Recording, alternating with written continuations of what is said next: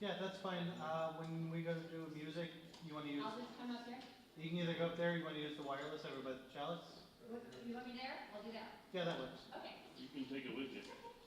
You know what to do, right? Yeah, that's already on. Well, no, no,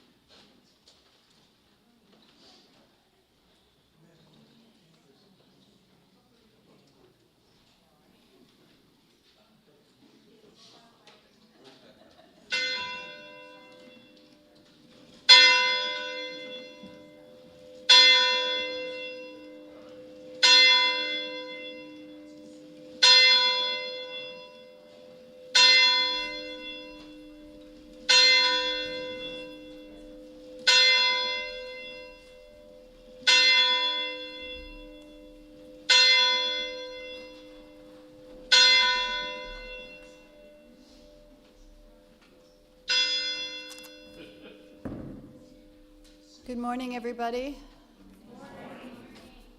I just have a few announcements before we start the service.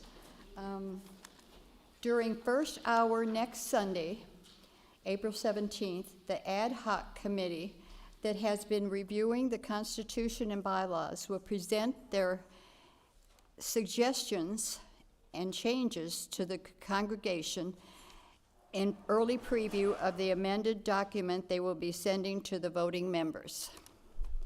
On May 20th and 21st, we're having a plant sale, and along with that plant sale, we'll be doing handmade crafts, knitting, crocheting, art, anything you know, and homemade baked goods.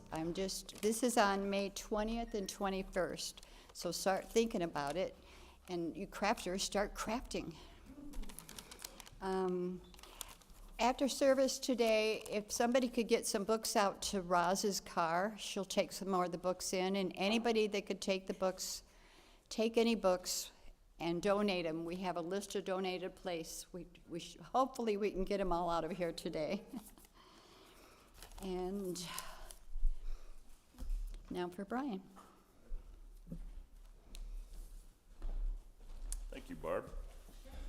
Good morning, everyone. So I am here today on behalf of the Finance Committee to kick off our pledge drive.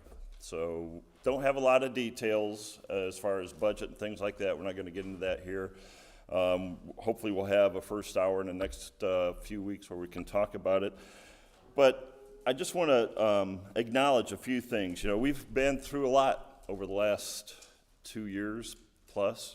If you recall, is when COVID hit, we had Reverend Patrick Price here, and it took a lot of persistence from this congregation, a lot of resilience to continue to have services, even though we were virtual for most of that 2 years. But we have moved that vision, our vision, which is on the front of your order of service, and that vision is to be the heart of Unitarian Universalism in Northwest Indiana. We've strived to do that for many, many years. We also have a vision, or our mission, which is to grow spiritually, building a community and living our values, and we continue to do that through the pandemic. And I want to add a little fourth one here that kind of ties those three legs of that stool together with the bottom rungs, and I call that church administration, working on things that maybe we hadn't gotten around to. So we've done a lot. And behind that was our drive to get a full-time minister, which for those of you who have been here in the last few weeks, there's been a number of announcements. We are so excited to have a full-time minister joining us in August. And we think that's going to really, kind of be the dawn of our next 150 years. In 2024, we will be celebrating 150 years of this congregation being in existence. So having that full-time minister is going to be a great opportunity for us to practice that mission of growing spiritually. But we've also been involved a lot in our Faith in Action committee and our living our values. You see the banners outside that we put up within sight of a few armed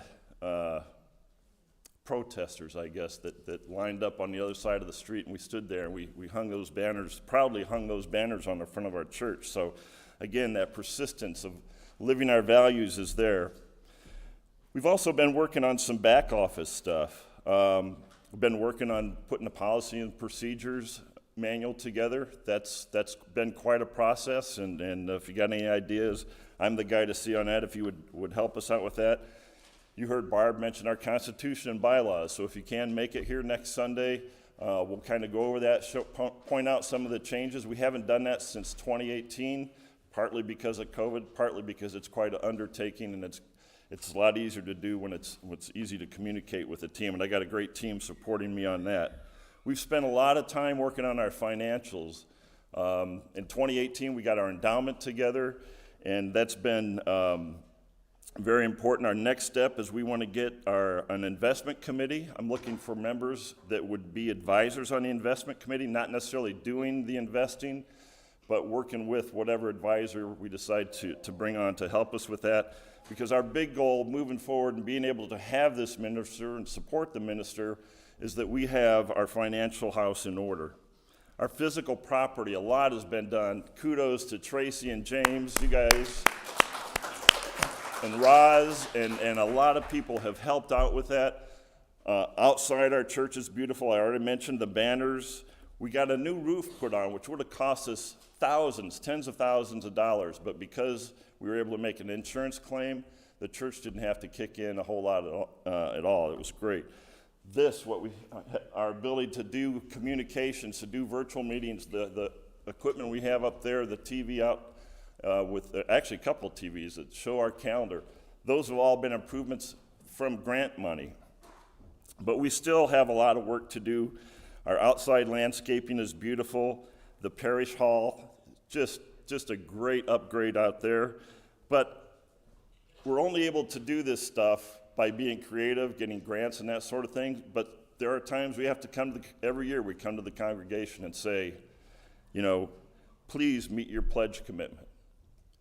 For this year, and for those of you that made the 3-year commitment with our minister coming in, we'll be looking for that. If you can, comfortably increase that pledge commitment over the next couple of years. I can guarantee you'll see as we start rolling out budget numbers that we'll need that help. And if you haven't done so in a while or ever before, please make a pledge. It's very important that we can budget and we know what's coming in, and hoping that everybody makes their pledge. And finally, and I think this is a big thing, there's going to be a lot of stuff. I see a lot of new faces out here today, and that's wonderful. Invite your friends to come. Invite friends that you haven't seen that you know are still in the area. Invite them back. We're building a great thing here. It looks like we're coming out of this COVID mess, and I think with the minister coming in, we're going to be in a great position, and I want to be financially strong to do that. So watch for your mailings. You'll get some mailings. You'll probably get some phone calls. Phone call. We won't pester you. We're not that bad. We're not like those warranty people on TV.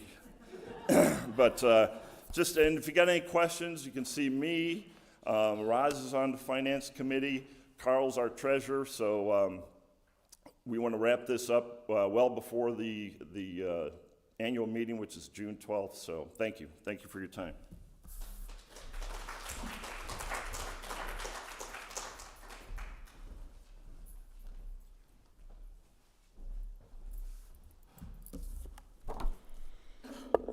Good morning, and welcome to the worship service of the First Unitarian Church of Hobart. My name is Patricia Riley Chirilla. My pronouns are she and her. I participate in the life of the church by being the chair of the worship committee, and when we get back to doing Wheel of the Year rituals, I'll be leading those. We are a religious community of people with diverse beliefs and shared values. Our diverse beliefs are expressed in our 6 sources, and our shared values are expressed in our 7 principles, both of which can be found online at uua.org. Together, we strive to grow spiritually, build community, and live our values in the world.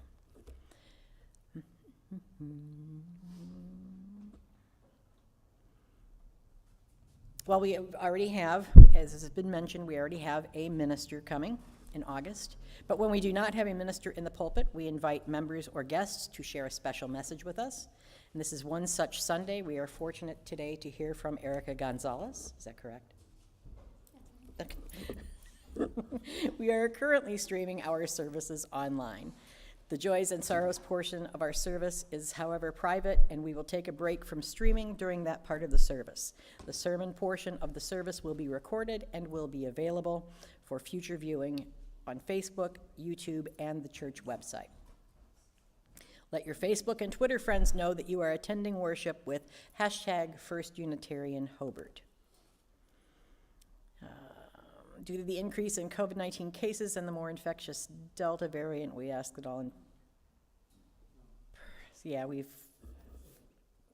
need to get a new script. Please take a deep breath now and join us in a spirit of reverence and worship.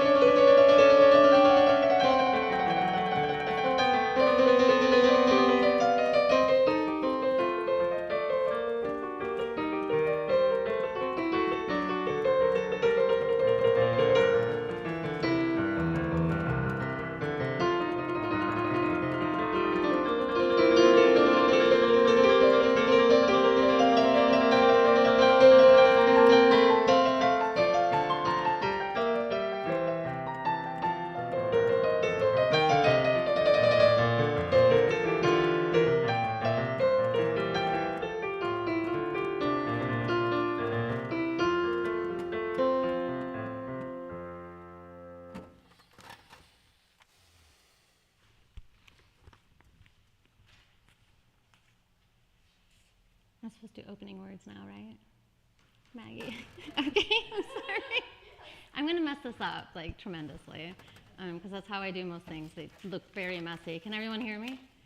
Okay, so I'm going to do the opening words. Okay. We delight in the beauty of the butterfly, but rarely admit the changes it has gone through to achieve that beauty. Without courage, we cannot practice any other virtue with consistency. We can't be kind, true, merciful, generous, or honest. I've learned that whenever I decide something with an open heart, I usually make the right choice. You can't use up creativity. The more you use, the more you have. If you don't like something, change it. If you can't change it, change your attitude. We need much less than we think we need. If I am not good to myself, how can I expect anyone else to be good to me? I've learned that people will forget what you said, and people will forget what you did, but people will never forget how you made them feel. All these quotes are by Dr. Maya Angelou, and they have helped me in life at different times get through some very difficult things, especially the last one, because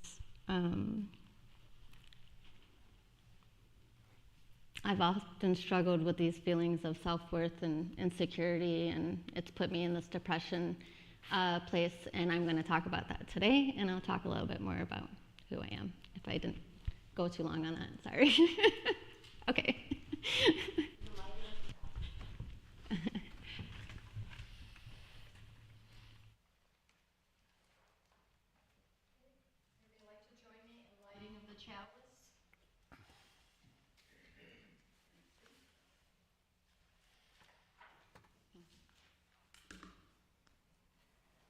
We gather this hour as people of faith, with joys and sorrows, gifts and needs. We light this beacon of hope, sign of our quest for truth and meaning, in celebration of the life we share together. Please rise as you are able and join me in the opening hymn, number 128. For all that is our life.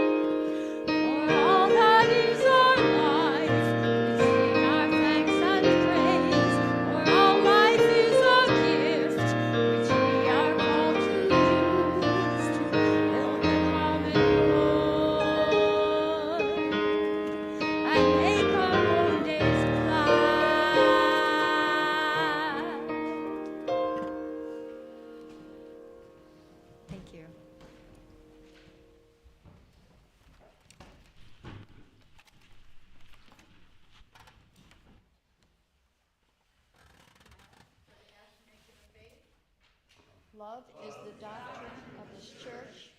The quest for truth is its sacrament. Service is its prayer.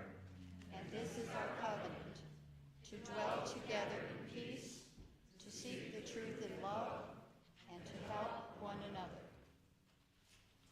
Now's the time of the service where you greet your neighbor.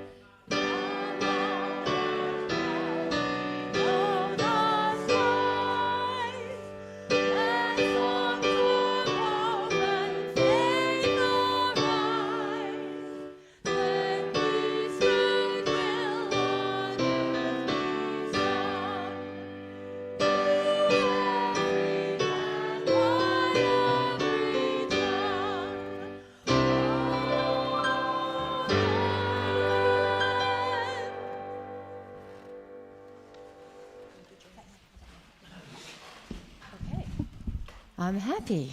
Now is the time in our service when we lift up our joys and our sorrows. We believe that a joy shared is magnified, and a sorrow shared is diminished. There, I got it right.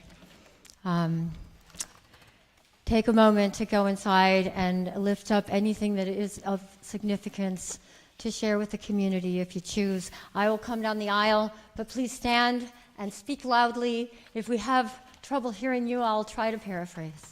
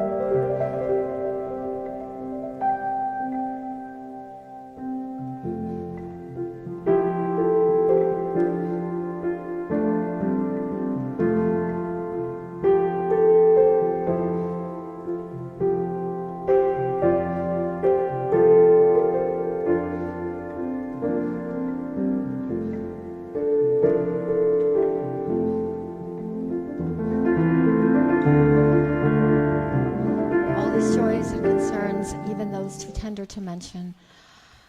Thank you for sharing.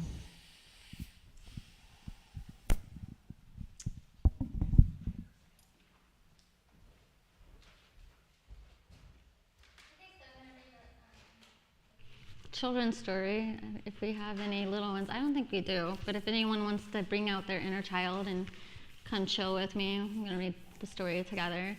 I'm not good with being behind the podium, one, because I'm like 5 foot tall, so I already feel like most of me is gone when I talk behind there.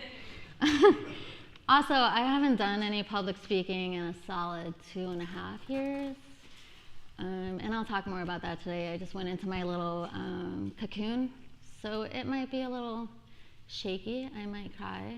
I might scream. I probably won't scream, but just to let you know. There will be emotions, so that's who I am, and that's kind of how I talk. And I tend to let people know that in the beginning, so they're not shocked when I get all shaky and stuff. And also it helps me calm down. So I'm going to read the story of the invisible string.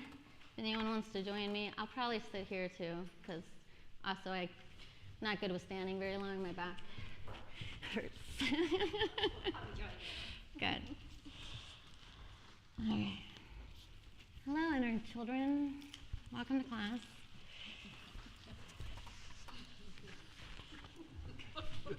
It's really good, because before this, we had a Aarica teacher, and she was talking about this idea of having layers and energies that work through us.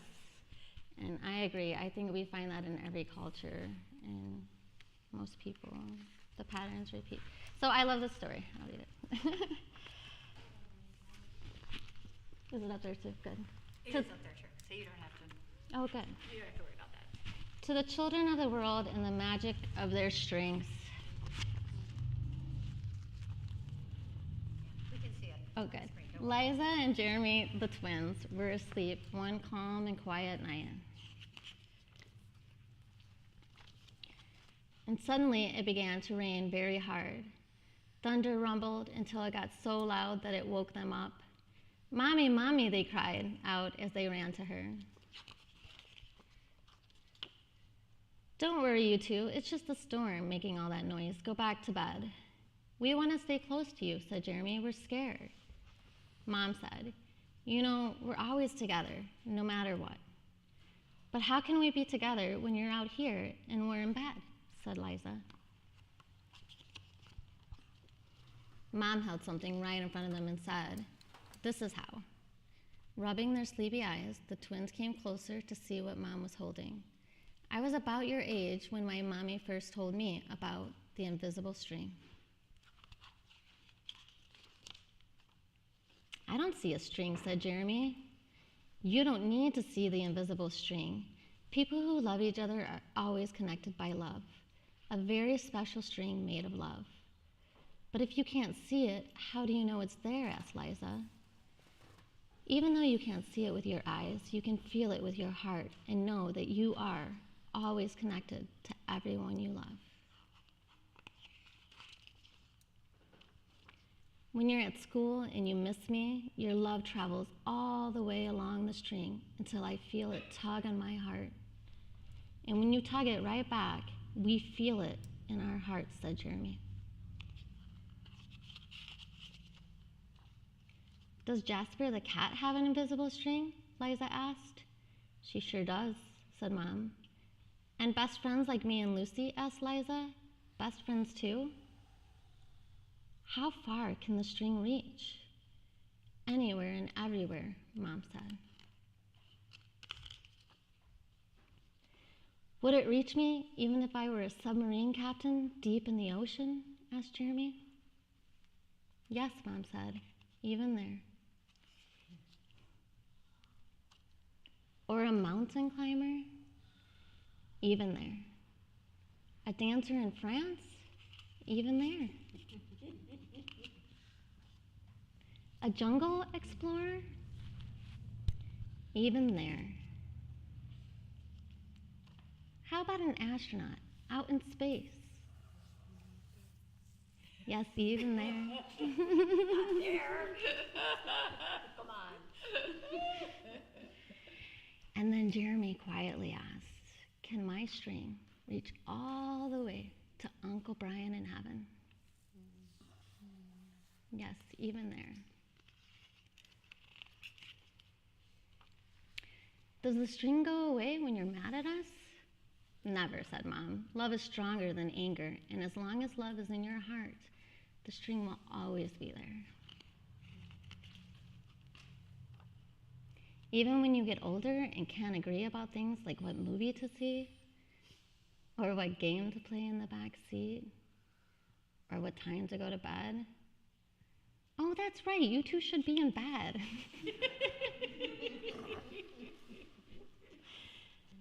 And with that, they laughed as Mom chased the twins back to their beds. And within a few minutes, they were asleep, even though the storm was still making the same loud noises outside. As they slept, they started dreaming of all the invisible strings they have, and all the strings their friends have, and their friends have, and their friends have, until everyone in the world was connected, and from deep inside, they now could clearly see. No one is ever alone.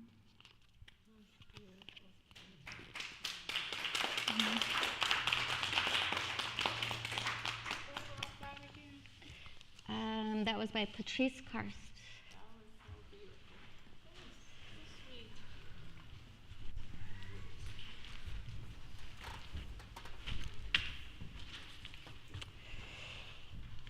Okay. And now I do the sermon, right? Okay, so I'll probably look down a lot just because it helps me calm my nerves, but I'm a social worker. I grew up in Hobart, Indiana. I graduated from Hobart in '99, and I joined the Army. And then I spent 6 years in the Army as active duty, and then I spent some more years with my ex as a spouse, military spouse. I got 3 babies. One is not a baby, she's a sophomore in college. Another one who is 15, and then a little one who's 5, because I'm not good at juggling a lot at the same time, so I need like space in between. I know that about myself, that's why I needed time. And I have been through quite a few struggles with depression in my life, I think, since leaving Hobart, even before growing up in Hobart. There are these layers that I think a lot of people from Northwest Indiana understand of, I don't know, I've left the area and I've tried to see in other areas if it's the same way, and maybe it's just for me coming from here, but this profound grief and sadness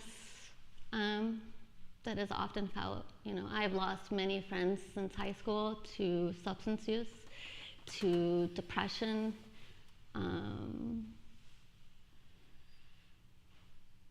it's been hard. I tried to run away, right? I kind of joined the military and get away, and what it did teach me, getting away, is that we are all very similar people, right? Like, I have always loved people. I haven't always connected well with people socially. It's not always been my thing. I like to watch them because I enjoy watching people. I enjoy culture. I enjoy psychology. I've enjoyed social justice. I'm a social worker, right? And it's always been about trying to do better and give back and also love people. And so I guess what I'm trying to say is these strings in this story have their ups and downs, right? Just like our lives do. And sometimes when we feel at our lowest and we feel at our saddest, I think I hit my worst in my early 20s when I had this realization that people were not at all what I thought they were. right? Like, I went into the military thinking, okay, part of it is I didn't know at the time, but I struggled with ADHD. So my brain, as I've come to learn from the kids, they have taught me so many things. Neurodivergent brain, problem solved that and thought if I went in the military, it would help me be organized, it would help me be on time, it would help me be disciplined. And it did all those things. I did learn how to do that, but I still didn't know who I was because I was still struggling with a profound sadness that came from my roots here in Hobart, from my family here in Hobart that I carried with me. And so during those times when it feels really hard and it doesn't feel fair, I think looking back on it now at 40 years old, it was a time where I needed to cocoon, just like I have the last couple of years. So it sucks to feel all this pain. This is what I'm learning. It sucks to feel the lows along with the highs, because if you don't feel the highs, you don't feel the lows. I don't know if this is making sense at all. I had plans in my head, but my depression pits or my holes at the time, the more that I tried to fight them, the worse that they got. And the more that I released this need to not feel sad and this need to not grieve and this need to not step back and try to understand the world better, the better I started to feel. If that makes sense. It's the context. Yeah.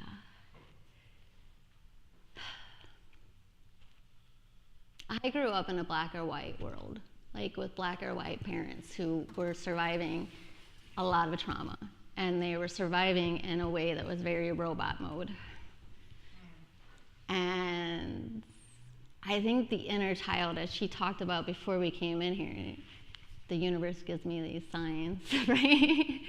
Is to remember who we are before we turned into that robot, right? And the depression pit is there for a reason. It's to wake you up, right?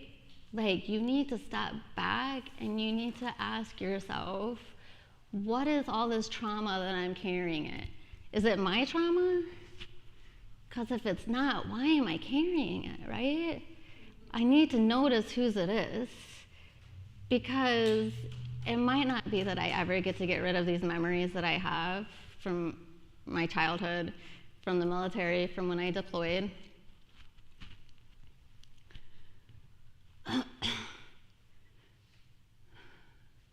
But one thing I can do is get some space, right? We can't take all these awful things away. We can turn around and acknowledge that they're there. And the more that we run through addictions, through just like overuse of any one thing, right? Overdependence on any one thing, and we lose our balance, we become robots and we run. So the depression pits woke me up. And I am right now, hopefully, coming out of my most recent one, but I don't think it's a depression pit. I think that we use this language that just like adds on to this shit that we pile on ourselves. I'm sorry, but it is what it is, right? We get in these holes and then we put the dirt on top of us and then we dig it even deeper because we're using language that is not from a place of recovering, right? It's from a place of shaming and repressing and pushing you into a corner of nothingness and not talking about these hurts that you've been through. We have to talk. We have to work through the trauma and we have to acknowledge what is there. And each of those depression pits have gotten me to a point where I have realized that I have not respected myself. And that's why I was there. And I had to care for myself and not expect other people to do that for me. And in each one of those, And each way I learned how to do that. In my 20s, I learned it wasn't about making other people happy. It was about what I wanted to give myself meaning to, right? I was so pissed at the whole world in my 20s because none of this is what you guys told me it was going to be, right? Like, what the hell? You're all liars. Like, what is that about? But that is when I learned to respect myself, right? And then in my 30s, late 30s, when I hit my next depression pit,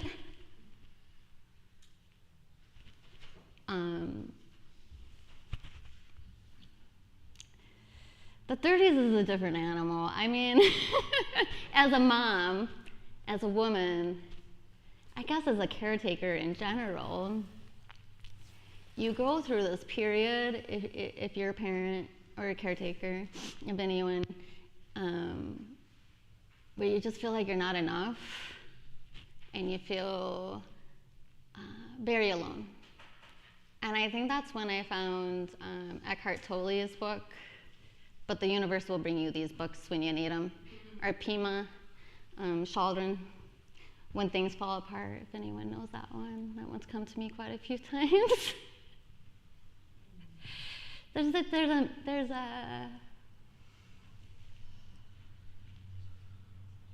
There's a comfort I find in that, even though I'm an atheist, I'm a secular humanist. I see patterns repeat.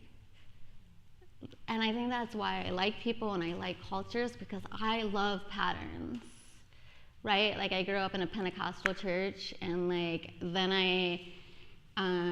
when I went to the military, I got into the Buddhist services because you could get away from the barracks for a little bit by going to church on Sunday. And then I learned about Buddhism in that way. And then I took all these classes in college to understand different cultures. And then I got into yoga to heal from the trauma that I had experienced in the military. And I saw the same patterns. And the pattern that you see in many cultures, many native indigenous cultures, is this need for connection and community. And so I guess that's what I'm saying. In my 30s and 40s, that's what I realized I was missing, even though I didn't want to have it because I could be hurt. I pushed it away for many years so I could just be in survival mom work mode. And I lost that connection to my community. And so I started to realize that I needed that again. And now I'm 40 years old, and I have no idea. I have no idea, like, what I'm gonna be when I grow up. But that's what this last depression pit has taught me to be okay with.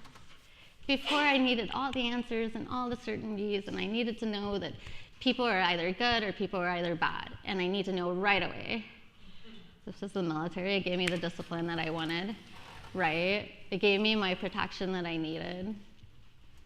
Too much now. I'm a robot too much. So now I'm learning to accept things unfolding on their own without me trying to move the chess pieces, because at the end of the day, I'm not the good pieces. I'm not the bad pieces. I just am the chessboard. And I have to accept that. I can't be plotting and planning my life according to what everybody told me it should have looked like. This is not their story, right? It's my story. Okay, and the kids on TikTok have taught me. There's no rules. I don't have to be all this or all that. I just am. So if anybody followed that flow of strings that went out and came back, I really appreciate you helping me get my wheel spinning again.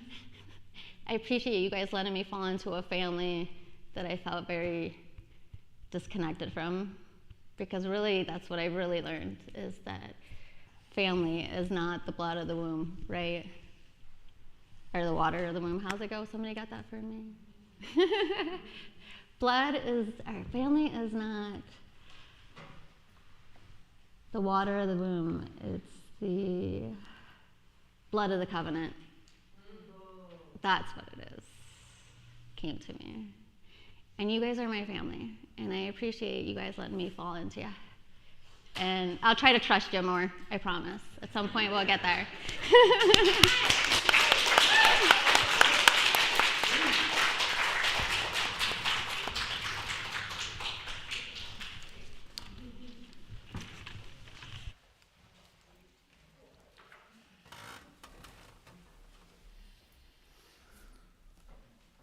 Now's the time in our service for our offering. We give to remind ourselves how many gifts we have to offer. We give to remember that we are part of something bigger than ourselves. We give because we believe in music and sacred space. We give with the faith that together we have enough. There's an online link on the screen for both one-time and regular donations. You can also contribute in person by putting paper money and loose change in the baskets and the cups. The money in the baskets goes to sustaining the mission of our community. The money in the cups goes to our Faith in Action Committee. And this month's charity is Wild Ones. Wild Ones, which promotes, the local group promotes native plant work, and they did our pollinator garden out by the parking lot.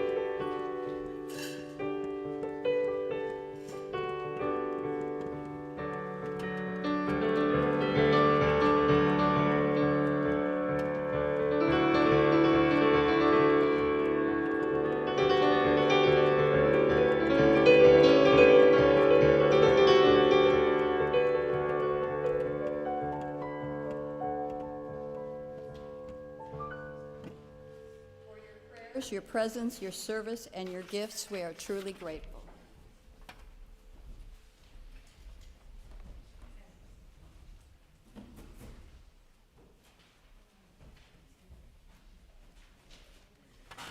Please rise for our closing hymn, number 163, For the Earth Forever Turning. 163. 163. For the earth forever turning. Eternity.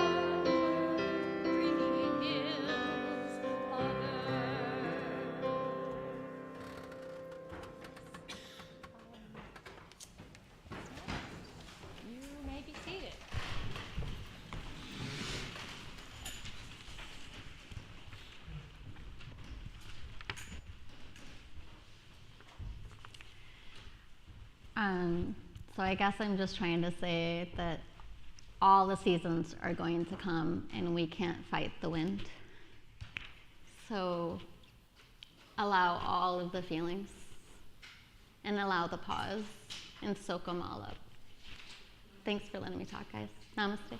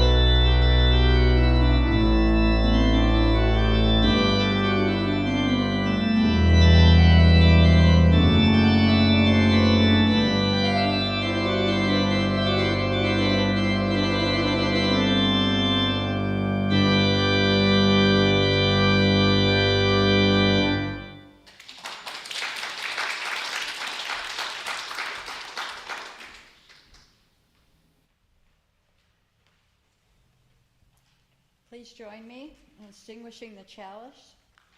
We extinguish this flame, the light of truth, the warmth of community, or the fire of commitment.